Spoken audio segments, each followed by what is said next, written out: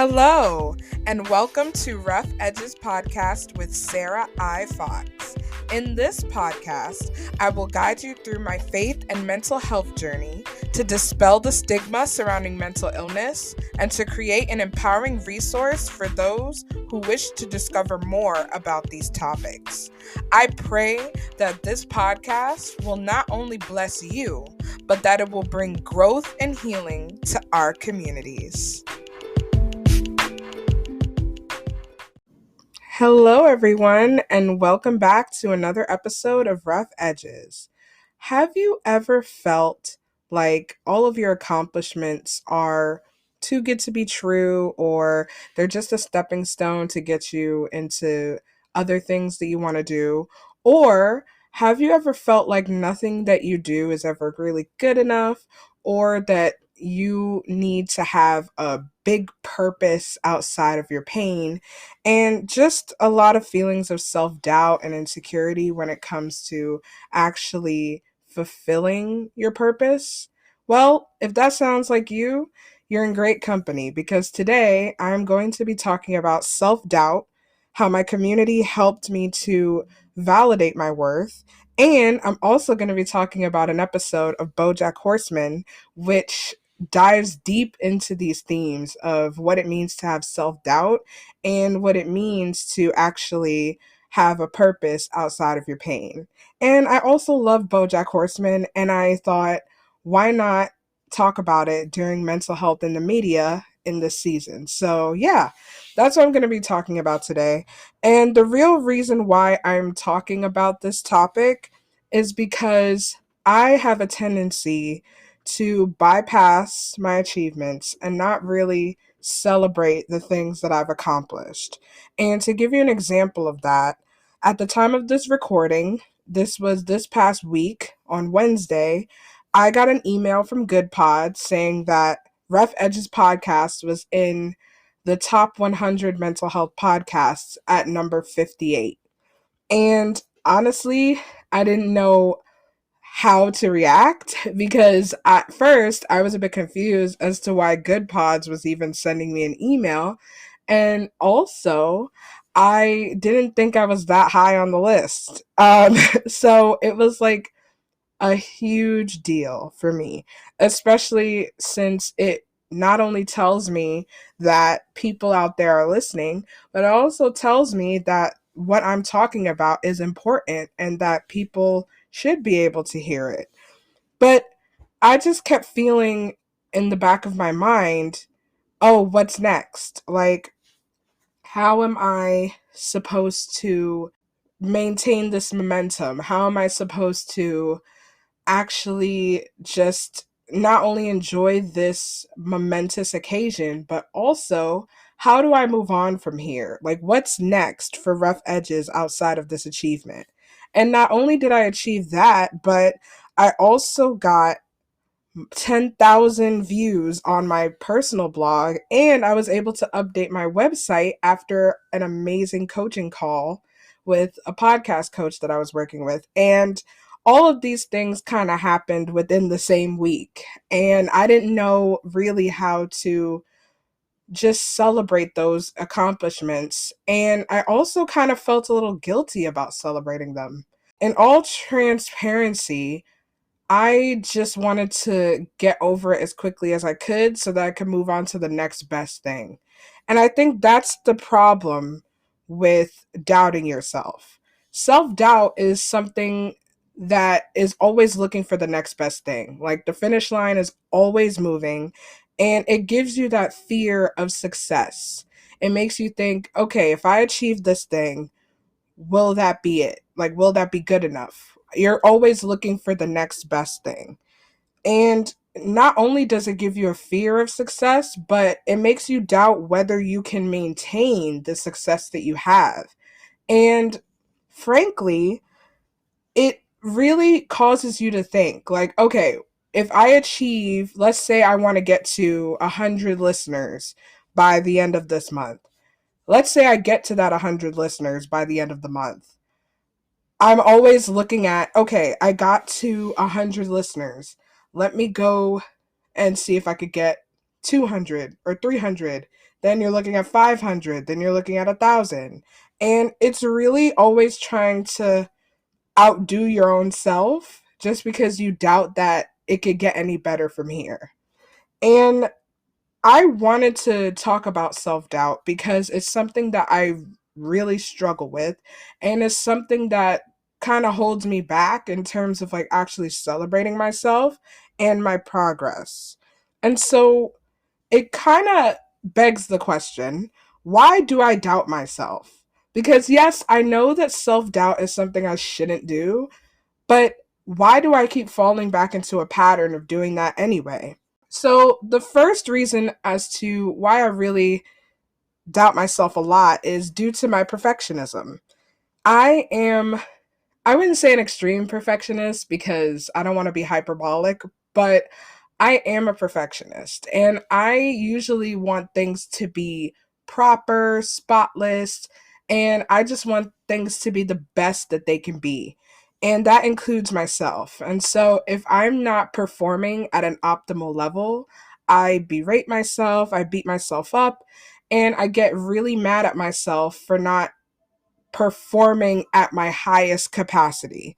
And with that, it brings me to the second reason as to why I doubt myself, which is because I have a serious inner critic. Like, I feel like everybody does have an inner critic, and that critic is just the meanest, most terrible person in the world. And it's you.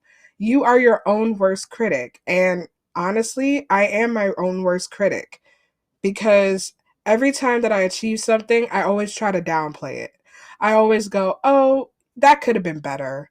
Or, oh, I don't think I could do that. It seems a little above my pay grade. Or, oh, I'm doing this for no reason. I'm doing all this work for no reason. How does it fit into my greater purpose? And we always, well, at least for me, I always downplay the things that I really want to do. And even if it's just for fun, it would be like, oh, that's stupid. Why would you want to do that? Like, I've always wanted to go skydiving. And I'm afraid of heights. I know it sounds silly, but I just really want to be able to experience that thrill of just being able to go skydiving. And my inner critic would literally look at something as small as skydiving and say, why would you want to do that? That's stupid. You're afraid of heights. You could die. Why would you want to do that? And so just having that inner critic always there to just demean and criticize your achievements and the things that you're actually passionate about and what you want to do, that's something that I really struggle with as well. I also struggle with comparison. And this is a big one for me because I'm always looking at what other people are doing. Or I always, again, minimize my achievements based on what other people have achieved. And to be honest, I find myself doing that even with podcasting. Sometimes I would look at other platforms and I would say, huh, they're doing something. Something is working for them because they're like in the thousands and they have over 10,000 like monthly downloads or blah, blah, blah. And I just get so caught up in the numbers. I would look at that and then I would look at my numbers and be like, am I doing anything? Like, am I doing enough? Am I actually making an impact? And those feelings would actually cause me to start spiraling. And, it's just not really a good pattern. And so, those are really the reasons why I doubt myself. I am perfectionistic. I have an inner critic that is relentless, and I constantly, constantly compare myself to other people because I want to be doing better for myself. And this kind of brings me into my next segment, which is how my community has helped kind of rein me in terms of like validating my worth and showing me that I don't have to doubt myself because I am making an impact.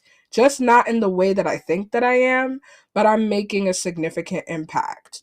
And it kind of brings me to certain moments that happened to me within this week and also over this weekend that really forced me to kind of sit down and assess, like, what is it that I am competing against and what is it that I am running from that is making me doubt myself? Because in all seriousness, self-doubt is something that kind of just causes you to look at yourself and focus on all the negative aspects of yourself.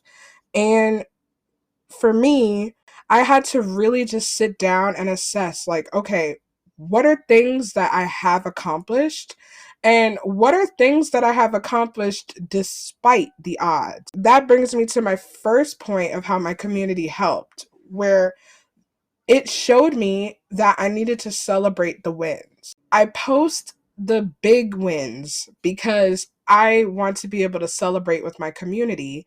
And I will say that when I posted about the top 100 mental health chart on Instagram, my community was just overflowing with positive comments. They were just so happy and they were able to celebrate with me. And that was something that was so touching to me because it not only showed me that, my community rallies around me and celebrates the wins just as much as I do, but it also shows that what I'm doing is making an impact and that people have meaningful encounters with my podcast. And just celebrating the wins in your life or even just writing them down and just seeing how far you come, that is something that can really, really help you to navigate self-doubt. Because when the doubts come, you can be able to, like, literally pull out your notebook or literally point to some tangible evidence that, hey, despite what I'm going through, despite what I'm managing, I am able to make a difference. I am able to fulfill a purpose and I am able to make a significant impact in the lives of others through this work that I'm doing. So it's not a matter of, oh, I didn't get to like 5 million followers on Instagram yet. The thing is, I don't have to get there to know that things are working. Yes, it would be nice if I had millions of followers, but that's not the end all be all, and that's not the real goal. The goal is the one for me. If I had one person chat me and say, "Hey, Sarah, the episode that you posted on, let's say, I don't know, like the episode on depression really helped me be able to navigate my own, or you sharing your story helped me to actually seek mental health treatment." Like, those things to me are way better and they speak louder volumes than just the statistics of the thing. Yes, the numbers matter, but also the lives matter, the people matter, the impact that your podcast is making, or not even a podcast, but just the impact of the work that you do, whether that be blogging, art, music, like whatever it is that you find yourself doing, that makes an impact and that helps other people more than you just looking at the statistics or like how many followers do I have or what country am I heard in today? Like, yes, those things are just like added benefits, but it's not the sole purpose of why I'm doing it, and it shouldn't be the sole purpose of why you're doing it either. The second thing that I kind of want to highlight of how my community actually helped me through this was literally being honest about my fears with someone else. And I had a wonderful conversation with just like a wonderful support, wonderful mental health advocate. And she and I were talking about this very thing, like me feeling like I'm not really doing enough, me wondering if the podcast is even working because I don't have thousands of followers and all of that. And I was even sharing with her about my fears of not really making as much of a difference as I think I am. And me wondering like what it is that I need to do with the podcast. And that was also following the top 100 chart announcement. Like, all of these things just goes to show you that you are your own worst enemy sometimes. Because while everybody was like, wow, Sarah, this is a huge achievement, I'm thinking Oh, but I still have less than 1,000 followers on Instagram. And it's like, just really, even like processing it right now as I'm like recording this, it's just amazing to me how when you focus on the negative aspects of things, it could really cloud your judgment and really cause you not to see the good that you're doing. And as I was honest with my fears to one of my fellow podcasters and bipolar advocates, as I was talking to her about how I was feeling, she made me realize that when I look back at how far I've come and when I look back at all the wins and the things that I was able to achieve despite having bipolar disorder, it's a lot. And she even had to remind me of some of the things that I'm doing. And she was just speaking so much life and encouragement to me.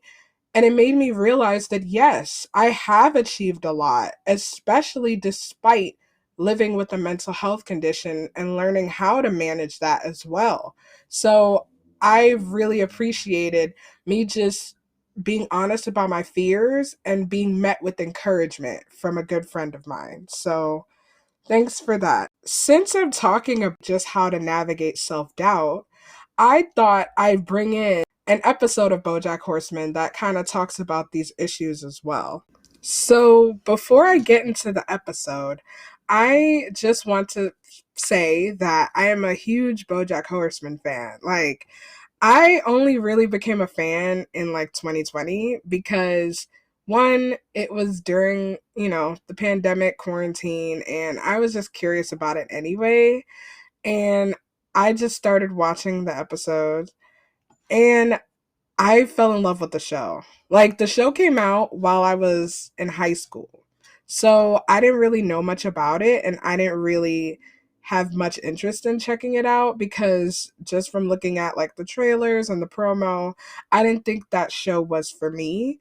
But even in high school, I remember people talking about it and saying, "Hey, this show is so amazing. Like, it's very profound, it's really funny, and it's just very entertaining all around. It's really sad, but it's hilarious." And just that sounded like an oxymoron, but it really is the truth because some elements of the show are just very sad, but then other elements of it are just so hilarious. You're wondering, okay, how is this so funny and so sad all at the same time?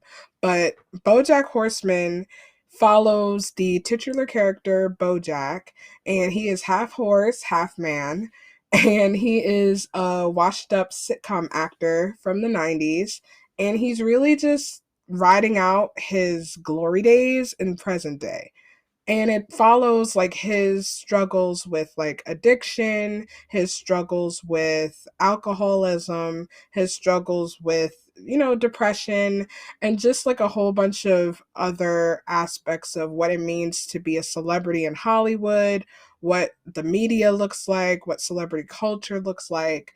And it not only follows Bojack, but it follows people in his life, like his mom and his agent, Princess Carolyn, and his rival, Mr. Peanut Butter, and also his memoirist and friend, Diane, and his roommate, Todd. And so it kind of follows all these characters. But today, I just wanted to talk about one episode in particular, and it's called Good Damage, and it's season 6, episode 10. And don't worry, I'm not going to spoil anything. I'm leaving all of the spoiler elements in the episode out for this particular podcast episode.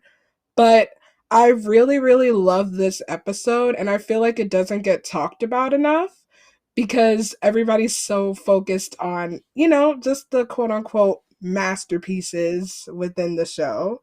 But I really love Good Damage because it talks about what healing from trauma looks like, and it also highlights the fact that there is purpose within the pain, but it's not really in the way that we think the purpose is going to come from.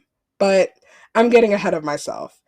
But the real crux of Good Damage comes from the fact that Diane is trying to write a memoir about herself. So a little bit of a background on Diane. She is a ghostwriter. And so she writes memoirs for like big celebrities. And she started off in the show as writing a memoir or ghostwriting a memoir for BoJack. So she, at this point in the show, wants to write a memoir about herself because she's like, hey, I'm tired of writing about other people. I want to write a story about me, and I want to be able to share my story and my healing journey so that other people could heal, especially young girls who are going through the same thing. So Diane was trying to write her memoir, and it detailed her pain, but she is struggling to write it because she feels that her pain isn't worth writing about. So, the way that the episode is structured is that every time Diane goes to write, the visuals on the screen kind of take on a black and white, more of like a sketch of like all of her thoughts. And so she would be writing and she'll be like, okay, my name is Diane. I was born in Boston. And as she's talking, it's just like, ooh, maybe I'll write that later, or oh, maybe I'll fix that later. I have to edit this. And it's literally just her thoughts on the page. And it goes from being what she's writing into all these different like spiraling thoughts. Like she's thinking, oh, what if no one reads this? What if people don't like it? What if my pain isn't worth writing about? And she goes into this spiral. It really boils down to, what if my damage, what if the things that I went through, what if that isn't good damage? And I really, really, really love that question. You want to be able to make a purpose out of your pain, but it doesn't really come out the way that you want. Like in Diane's case, she wanted to write a very profound, gritty memoir that focused on trauma and how to manage trauma, but instead, she wrote a book about Ivy Tran, the food court detective. And so this came from a very funny interaction that she had with a girl in a store. She was one of the cashiers, and her name was Ivy.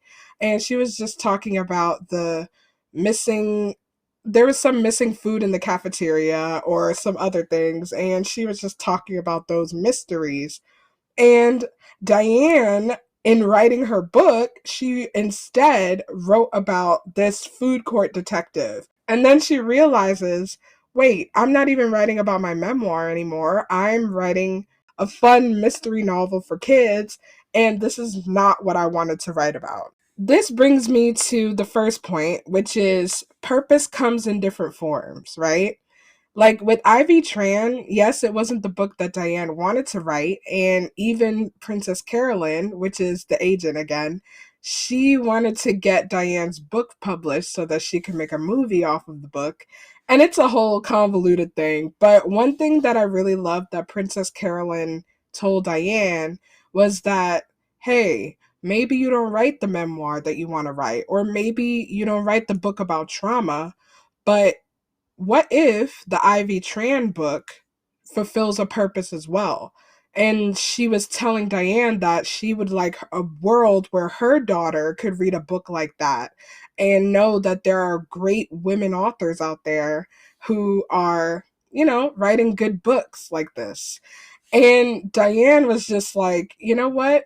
Yeah, this book is a product of things that I went through, but just not in a way that I thought it was going to be. Like the package came very different than what Diane thought it was going to be. And I just really love that because it shows us that what we are doing has a purpose. And we shouldn't be able to like compare ourselves to other people, or we shouldn't be able to just downplay all of our achievements if it's not looking in the way that we thought it was going to look. And that brings me to one final point about, and forgive me if I pronounce this wrong, but it's called kintsugi, which is the Japanese art form of breaking bowls or vases or, any other like clay or glass object, breaking those objects and then putting them back together with gold. And I really love this analogy because that was brought up in the episode of Good Damage where Diane is like, I want to be like that. I want to be like a beautiful gold salad bowl with gold in the cracks and just a beautiful work of art. And she was just stressing so much that she wanted to be a beautiful work of art. And if I could really talk to Diane, and I know she's a fictional character, but humor me. But if I would talk to Diane, I would tell her that her quote unquote damage isn't damage. Like, yes, it was something bad that she went through, but it is part of the tapestry of her life. Like, every single experience that she's had, it has made her who she is. And whether or not she wants to believe that it actually is good damage or bad damage or whatever the case may be, her life is a testament to the fact that you can achieve a lot of good despite what you're going through. And that's something that I have to tell myself because a lot of the times, again, I doubt myself and I doubt my worth, I doubt my purpose. But the thing is, I need to give myself a lot of grace in this process because, yes, I am not where I want to be, but I thank God every day that I'm not where I used to be. And that in of itself is something to celebrate and something to be appreciative of because yes, I do want to make a difference, but I should just sit back and allow God to do what he needs to do with this platform. And I am so grateful to all of you who continue to listen and all of you who continue to support me because it is something that I not only appreciate, but it's something that really validates me and keeps me going. And without you guys, I wouldn't have hit the top 100 chart in Good Pods. So I just thank you guys for your constant support. I thank you so much to just my friends and my coaches, my mentors, and people in my life who have just kept me grounded. Thank you so much for that. And I just want to encourage you that whatever it is that you're going through, you don't have to pressure yourself to make a purpose out of it or to even make it good damage. You have a story to tell. And whether you tell it to 10 people, 100 people, a million people, or even one person, you sharing your story and your experiences with healing is enough to help other people believe that they can heal as well. So, thank you for listening and stay tuned for more empowering episodes on Rough Edges. Thank you for listening to another episode of Rough Edges Podcast with Sarah I. Fox. If you want more exciting updates on the podcast, follow on Instagram at rough.edges.podcast. You can also visit the official podcast website at www.roughedgespodcast.com. Thanks again for listening and have a wonderful day.